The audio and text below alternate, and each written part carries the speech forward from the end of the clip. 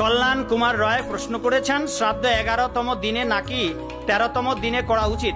কোন দিনে শ্রাদ্ধ করা উত্তম, কেন উত্তম, অনুগ্রহপূর্বক ব্যাখ্যা করুন।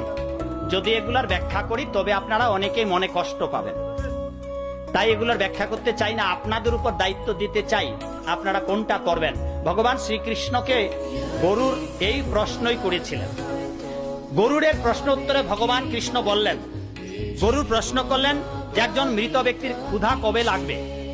দশমী ক্ষুদ্ধি পর্বাধ্যা, 10 দিনের দিন ক্ষুধা লাগবে। বললেন খাবেন কোন দিন কোন দিন? বললেন যে একাদশে দ্বাদশে ভুঞ্জতে, 11 দিনের দিন এবং 12 দিন খাবার দিন। কতদিন থাকবেন ওই বাড়িতে মৃত্যুর পর? 12 দিন থাকবেন। এই বিচ্ছি 12 দিন থাকবেন এবং 12 দিন আত্মীয় স্বজনদের সবাইকে দেখতে পাবেন, কান্নাকাটি শুনতে পাবেন, তিনি সব দেখতে পাবেন এবং 12 দিন পর্যন্ত যমদূতগণ ওই বাড়িটা ঘিরে রাখবেন। 13 দিনের দিন প্রাতকালে ত্রয়োদশে সম্প্রাপ্তে চ প্রলীয়তে মহাপথে, 13 দিনের দিন যদি আপনি 11 দিনের দিন এবং 12 দিনের দিন মৃত ব্যক্তিকে কিছু পিণ্ড খেতে না দেন অথবা ভগবত প্রসাদ খেতে না দেন, তবে 13 দিনের দিন বুভুক্ষিতম অনাহারে যমদূতগণ ধৃত কর্তৃক শৃঙ্খলিত হয়ে ত্রয়োদশ দিবসে ওই বাড়ি ছেড়ে চলে যেতে হবে। এবার ভেবে দেখুন, স্বয়ং ভগবান বলছেন 10 দিনের দিন মৃত ব্যক্তিকে ক্ষুধা লাগবে, 10 দিনের দিন একটা ভোগদেহ তৈরি হবে, 11 দিন এবং 12 দিনে তাকে খাবার দিন, 13 দিনের যাবার দিন। এইবার ভেবে দেখুন কত দিনে আপনারা শ্রাদ্ধ করবেন। বিস্তারিত জানতে আপনারা এখানে লেখা আছে ওই পুরাণগুলো শাস্ত্রগুলো সংগ্রহ করতে পারেন, অথবা এখানে শ্লোক নাম্বার সহ দেওয়া আছে, সমস্ত বিধান এখানে দেওয়া আছে মাত্র 78 পৃষ্ঠার এই ছোট্ট একটি গ্রন্থে। অনুরোধ করছি এই ছোট্ট একটা গ্রন্থ, মাত্র মূল্য 50 টাকা, নিয়ে যাবেন। সমস্যা হলে দিনের যে কোনো সময় আপনারা আমাকে ফোন করতে পারবেন, রাতে ফোন করবেন না। এই যে এখন ডজন ডজন ফোন আসছে, এখন রিসিভ করছি না, কালকে আবার সবাইকে মিস কল দিয়ে দেব। আপনারা দিনে ফোন করবেন। গুরু শিক্ষা মন্ত্র, গুরুরা শিক্ষার মন্ত্র দেয়, এটা কি কোনো শাস্ত্রে আছে? সুদামা দাস, উত্তর না, শিক্ষা বলতে কোনো মন্ত্র নেই। যেমন হারমোনিয়াম যদি কেউ শিখতে চান তবে দাদার কাছে শিখতে হবে, যারা শিল্পী। সারেগামা পাধানিসা সানি ধাপা মাগারে সা, এইটা কোনো এমন মন্ত্র নেই যে কানে দিলে আপনি গান গাইতে পারবেন। আপনাকে প্রশিক্ষণ নিতে হবে, যিনি আপনাকে প্রশিক্ষণ দিচ্ছেন, এই ভক্তি রাজ্যে যাওয়ার রাস্তা দেখিয়ে দিচ্ছেন, তিনি আপনার শিক্ষাগুরু।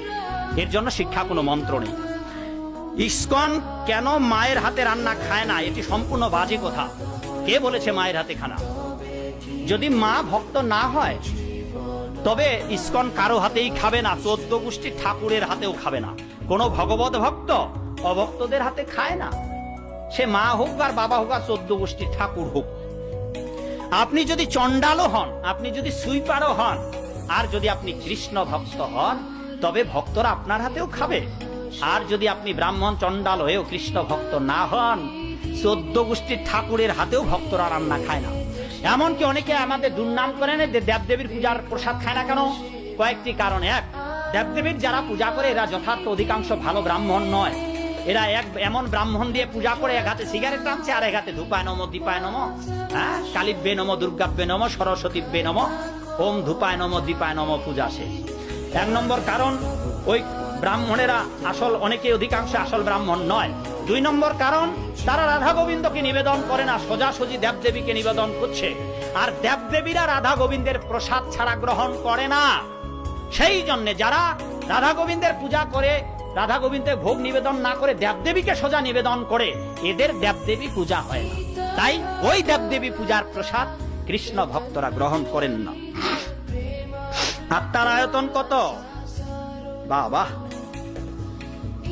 সাধিতে সাধিতে যবে প্রেমাঙ্কুর হবে, সাধ্য সাধন তত্ত্ব বুঝিবে তবে। আত্মার আয়তন কত? ভগবত গীতা রয়েছে, বেদে রয়েছে। জেনে লাভ হবে না ভাই, তবু পড়ে দেখুন শাস্ত্র। অনেক প্রভুদের শুনলাম শ্রীকৃষ্ণ লীলা কীর্তন শেষে রাধা কৃষ্ণের ভোগ না দিয়ে গৌরাঙ্গের ভোগ দেওয়া হয়, গৌরাঙ্গের ভোগ দেওয়া হয়। দুলাল চন্দ্র বর্মন, হ্যাঁ, রাধা কৃষ্ণের ভোগ দিতে পারেন, মহাপ্রভুর ভোগ দিতে পারেন, এইটা নিয়ে কোনো সমস্যা নয়। ধন্যবাদ যিনি প্রশ্ন করেছেন। কৃষ্ণ কেন সখীদের বস্ত্র হরণ করলেন? কারণ সখীরা চেয়েছিলেন তিনি যেন তাকে পতিরূপে দেখা দেন তাদেরকে। আর পতি স্ত্রী তার পতির কাছে নগ্ন হতে পারেন, তাই করেছেন।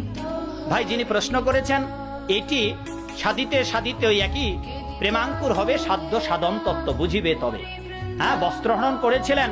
এখন যুবকেরা যদি ভাবেন যে যুবতীদের তো বস্ত্রহরণ করেছিল, কাপড় নিয়ে টানাটানি করেছিল, এখন যুবকেরা আপনারা যদি মনে করেন আমরা যুবতীদের কাপড় ধরে যদি টানাটানি করি, টেনে দেখুন না একখানা ওড়নার কাপড়, কালকে সোজা খেয়ে যাবেন নরম হাতের চট থাপ্পড়।